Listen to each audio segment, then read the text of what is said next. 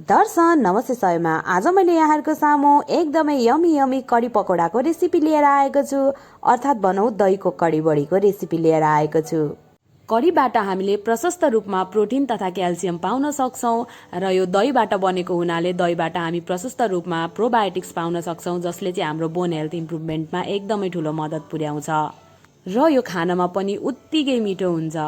Video सुरु गर्नुभन्दा पहिले मेरो च्यानलमा नयाँ हुनुहुन्छ भने च्यानललाई सब्स्क्राइब गरेर भिडियोलाई लाइक गर्न भने अवश्य पनि नबिर्सिनुहोला। आउनुहोस् कडी बडी बनाउन सुरु गरौँ मेरो स्टाइलमा।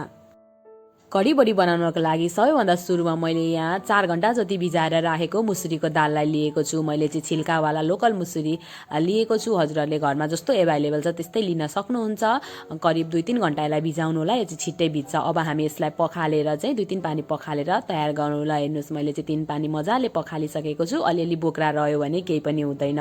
ल हेर्नुहोस् हाम्रो दाल चाहिँ मजाले भिजिसकेको छ। हजुरहरूले मुसुरीको दालको सट्टामा चनाको दाल पनि लिन सक्नुहुन्छ अथवा हजुरहरूले चाहिँ प्याजको पनि पकौडा बनाउन सक्नुहुन्छ। अब यो सबै दाललाई चाहिँ म एउटा मिक्सर जारमा खनाउँदैछु। हजुरहरूले चाहिँ दालको अथवा प्याजको आलुको पनि पकौडा बनाउन सक्नुहुन्छ, मसिनो मसिनो गरेर काटेर है, आफ्नो चोइस अनुसार हो, जेको पनि बनाउँदा हुन्छ। अब सबै दाललाई चाहिँ मैले ब्लेन्डरमा खनाइसकेको छु। अब यसमाथि चाहिँ म 5-6 पोटी लसुन अनि अलिकति काटेको अदुवालाई राख्दैछु। यसले चाहिँ हाम्रो पकौडा एकदमै मिठो हुन्छ। त्यसै गरी एउटा खोर्सानीलाई पनि म राख्दैछु। कतिको पिरो खानुहुन्छ त्यही अनुसार राख्नुहोला र अलिकति हरियो धनियालाई पनि राखेर चाहिँ यसको फाइन पेस्ट बनाएर हामी तयार गरौँ। ल हेर्नुहोस् यतिको पेस्ट बनाएर तयार गर्नु होला। धेरै मसिनो एकदम फाइन बनाउनु पर्दैन, यतिको दरदरो खालको बनाउनु होला, यो एकदमै मिठो हुन्छ। अब यो सबै पेस्टलाई चाहिँ एउटा बाउलमा म ट्रान्सफर गर्दैछु। सबै खन्याउनु होला। चनाको दाल राखेर बनाउनु भयो भने पनि हजुरहरूले यही प्रोसेस फलो गर्नु होला, एकदमै मिठो हुन्छ। स्वादमा केही पनि डिफ्रेन्स आउँदैन है। अनि हजुरहरूसँग दाल एभाइलेबल छैन भने प्याजको पनि बनाउन सक्नुहुन्छ। अब यतिको चाहिँ पेस्ट बनाइसकेपछि, यतिको दरदरिलो पेस्ट बनाइसकेपछि अब चाहिँ यसमाथिबाट केही मसलाहरू राखौँ। मैले चाहिँ थोरै हल्दी पाउडरलाई यहाँ राखेँ, त्यसै गरी स्वादअनुसार नुन अनि अलिकति ज्वानोलाई चाहिँ 2 हातको सहायताले यसरी क्रस गरेर हजुरहरूले यो पेस्टमा राखिदिनु होला। यसो गर्दा चाहिँ ज्वानोको फ्लेभर इन्हान्स भएर आउँछ। अब एउटा मसिनो गरेर काटेको प्याजलाई पनि हजुरले राखिदिनु होला अनि यसलाई चाहिँ मजाले मिक्स गर्नु होला। मजाले फिटेर चाहिँ सबैतिर मसला लाग्ने गरी हजुरहरूले यसको चाहिँ ब्याटर तयार गर्नु होला। पानीहरू चाहिँ केही पनि एड नगर्नु होला। हजुरहरूले यतिकै बाक्लो बनाउनु होला। अरू एक्स्ट्रा मसलाहरू यसमा केही पनि राख्नु पर्दैन। यो सादा सिम्पल नै एकदमै मिठो हुन्छ। ल मैले चाहिँ यसलाई सबै मिक्स गरिसकेँ। अब यसलाई फ्राई गर्नको लागि मैले ग्यासमा चाहिँ एउटा ग्यास अन गरेर एउटा कराईलाई बसाएको छु। अब यसमाथि अलिकति तेललाई राख्दैछु। मैले चाहिँ तोरीको तेल युज गरेको छु कडी पकौडा बनाउनलाई। हजुरहरूसँग जस्तो तेल एभाइलेबल छ त्यही युज गर्नुभयो हुन्छ। अब तेल चाहिँ मजाले तात्न दिनु होला। हजुरहरूले देख्न सक्नुहुन्छ तेलबाट चाहिँ मजाले धुवा निस्किसकेको छ तातेर। अब यसमा अघिको ब्याटरलाई अलिअलि गर्दै यसरी पकौडाको सेप दिँदै तेलमा राख्दै जानु होला। सबै पकौडालाई चाहिँ हामीले बिस्तारी बिस्तारी यसरी नै फ्राई गर्नुपर्छ। अलिक ध्यान दिएर राख्नु होला, तेलको छिटा चाहिँ हातमा उछिटिन पनि सक्छ। अब यसलाई चाहिँ हामी मजाले गोल्डन ब्राउन र क्रिस्पी हुन्जेलसम्म हामीले फ्राई गर्छौँ। हजुरहरूले चाहिँ यसलाई चलाउँदै चलाउँदै यसको पकौडा तयार गर्नु होला।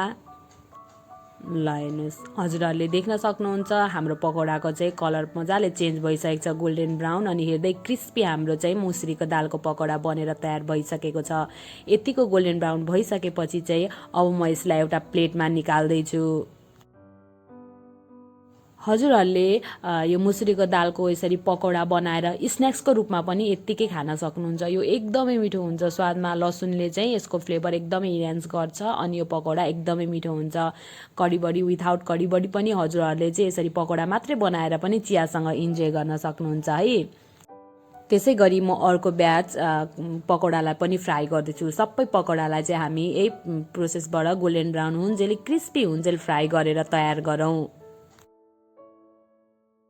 यो पनि कस्तो मजाले क्रिस्पी ब्राउन भएर फ्राई भइसकेको छ। अब यसलाई पनि प्लेटमा निकाल्नु होला। ल हेर्नुहोस् मैले चाहिँ सबै पकौडालाई पनि फ्राई गरेर भ्याइसकेको छु। अब हामी कडी बनाउनतर्फ लागौँ। त्यसको लागि मैले यहाँ करिब 3 कप जति दहीलाई लिएको छु। मैले चाहिँ होममेड दही नै लिएको छु। अनि अब यसमा चाहिँ म 3 चम्चा जति बेसनलाई राख्दैछु। 3 चिया चम्चा बेसनलाई म यसमा एड गर्दैछु। कडी भनेकै हामीले दही र बेसनको मिक्सचरबाट बनाउँछौँ। अब बेसन राखिसकेपछि चाहिँ यसलाई एकचोटि मजाले मिक्स गरिदिनु होला।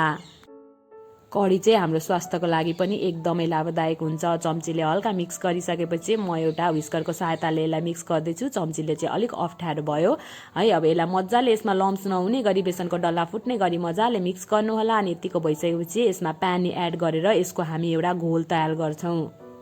यसको चाहिँ हामीले पातलो घोल नै तयार गर्नुपर्छ, धेरै मोटो नबनाउनु होला। ल हेर्नुहोस् त, हजुरले देख्न सक्नुहुन्छ यतिको पातलो हामीले बनाउनु पर्छ। पछि यो पाकेपछि बेसनको कारणले गर्दा आफै बाक्लो हुन्छ। अब एउटा बोलमा चाहिँ 4-5 पोटी लसुन, त्यसै गरी अलिकति अदुवाको पिस अनि 1 चम्चा जिरा राखेर म यसको फाइन पेस्ट तयार गर्दैछु। अब कडी बनाउनको लागि मैले अघिकै कराईमा चाहिँ अलिकति जिरालाई फुराएँ, त्यसै गरी अलिकति मेथी पनि फुराउँदैछु र ज्वानो चाहिँ मजाले राख्नु होला है। ज्वानो राख्दैछु अनि एउटा सुकेको खोर्सानीलाई पनि म यसमा फुराउँदैछु। मसलाहरू फुरिसकेपछि यसमा चाहिँ म एउटा तेजपत्तालाई पनि राख्दैछु। यो खडा मसलाहरूलाई चाहिँ मजाले एकचोटि फ्राई गर्नु होला। तेजपत्ताको फ्लेभर पनि यसमा आइसकेपछि चाहिँ एउटा मसिनो गरी चप गरेको प्याजलाई म तेलमा राख्दैछु। एकदमै मसिनो गरी चप गर्नु होला। अब यो प्याजलाई गोल्डन ब्राउन हुन्जेल हामी केही बेर फ्राई गरौँ। तेजपत्ताको फ्लेभर पनि हाम्रो कडीमा चाहिँ एकदमै मिठो हुन्छ, मलाई चाहिँ धेरै मनपर्छ, त्यही भएर मैले एड गरेको छु। अब यो प्याजलाई चाहिँ गोल्डन ब्राउन हुन दिनु होला।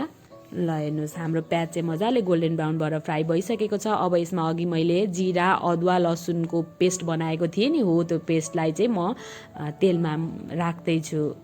मैले चाहिँ यसलाई मजाले सिलौटामा पिसेर फाइन पेस्ट बनाएको छु। हजुरहरूले खलमा अथवा मिक्सचरमा जेमा पनि पिस्न सक्नुहुन्छ, अथवा हजुरहरूले चाहिँ पाउडर मसला रुचाउनुहुन्छ भने यसको ठाउँमा पाउडर मसला पनि एड गर्न सक्नुहुन्छ। यसलाई मिक्स गरेर यसमा अलिकति बेसार, त्यसै गरी स्वाद अनुसार नुन राखेर यसलाई केही बेर फ्राई गर्नु होला। फ्लेमलाई चाहिँ बिल्कुलै लो गरिदिनु होला यो स्टेजमा। धेरै हाई फ्लेम भयो भने चाहिँ हाम्रो मसला पनि डढ्न सक्छ, त्यही भएर एकदम लो फ्लेममा यसलाई केही बेर फ्राई गरौँ। मसला मजाले भुटिसकेपछि अब एक हातले चाहिँ चलाउँदै एक हातले चाहिँ अघि हामीले बनाएको बेसन र दहीको मिक्सचरलाई चाहिँ यसमा राखिदिउँ। एक हातले चलाउँदै एक हातले चाहिँ मिक्सचर राख्दै गर्नु होला। हाई फ्लेम नपार्नु होला, एकदमै लो फ्लेममा, नभए यो फाट्न सक्छ। अब यसलाई चलाउँदै चलाउँदै हामीले उमाल्नुपर्छ। ल हेर्नुहोस् त, हाम्रो चाहिँ यो घोलको टेक्सचर चेन्ज हुन थालिसकेको छ, एकदमै गाढा बाक्लो हुन थालिसकेको छ। बेसनको कारणले गरेर अघि हाम्रो त्यस्तो पातलो मिश्रण चाहिँ एकदमै बाक्लो हुन थालिसकेको छ। यसरी नै चलाउँदै चलाउँदै यसलाई चाहिँ बोइल गर्नु होला। ध्यान दिनुहोस् होला, फ्लेम चाहिँ एकदमै लो राख्नु होला। हजुरले 15 देखि 20 मिनटसम्म मजाले यसलाई चाहिँ उम्लिन दिनु होला। यसलाई चाहिँ गदगदी उम्लिन दिनुपर्छ है, लो फ्लेममा। ल हेर्नुहोस् त, कस्तो बाक्लो हाम्रो चाहिँ कडी बनेर तयार भइसकेको छ। अब यसलाई चलाउँदै चलाउँदै बिचमा चेक गर्दै हजुरहरूले चाहिँ केही बेर उम्लिराख्न दिनु होला। ल हेर्नुहोस्, निकै बेर 15-20 मिनट जस्तो यो उम्लिसकेपछि चाहिँ अघि हामीले बनाएर राखेको पकौडा सबै यो कडीमा राखिदिनु होला। हजुरहरूले पकौडा नराखी यत्तिकै कडी पनि खानासँग लिन सक्नुहुन्छ है। अब यो पकौडा राखेर पनि 2-3 मिनट मजाले यसलाई लो फ्लेममा बोइल हुन दिनु होला। अब यो पकौडा पनि एकछिन पाकेपछि एकदम सफ्ट हुन्छ, एकदमै मिठो हुन्छ। ल हेर्नुहोस्, केही बेर पकाइसकेपछि हाम्रो यतिको बनेर तयार भइसकेको छ। पकौडा पनि एकदमै सफ्ट भइसकेको छ। एकदमै मिठो कडी बडी हाम्रो लगभग बनेर तयार भइसकेको छ। हेर्नुहोस् त, कति बाक्लो भएको छ। यतिको भएर पाकिसकेपछि अब हामी यसलाई तड्का दिनतर्फ लागौँ। यो चाहिँ बिल्कुलै अप्सनल हो, हजुरहरूले यत्तिकै पनि लिन सक्नुहुन्छ। तड्काको लागि एउटा प्यानमा चाहिँ मैले 2 चम्चा जति घिउलाई राखेको छु। घिउ मजाले तातिसकेपछि यसमा अलिकति जिरालाई फुराइदिनु होला। जिरा चाहिँ मजाले फ्राई भइसकेपछि अब चाहिँ यसलाई एकचोटि मजाले चलाइदिनु होला। अनि जिरा मजाले फ्राई भइसकेपछि एउटा सुकेको खोर्सानी म यसमाथिबाट एड गर्दैछु। यो चाहिँ बिल्कुलै अप्सनल हो, हजुरहरूले यत्तिकै पनि लिनुभयो हुन्छ। र अलिकति खोर्सानीको धुलोलाई पनि राख्दैछु, काश्मिरी मिर्चलाई राख्दैछु। अब ग्यासको फ्लेम चाहिँ बन्द गरिदिनु होला। अनि अघि हामीले बनाइसकेको कडीमाथि हामी यसलाई मजाले तड्का लगाइदिन्छौँ, झान दिन्छौँ। ल हेर्नुहोस्, हाम्रो यमी यमी कडी बडी बनेर तयार भइसकेको छ। एकदमै मिठो हुन्छ।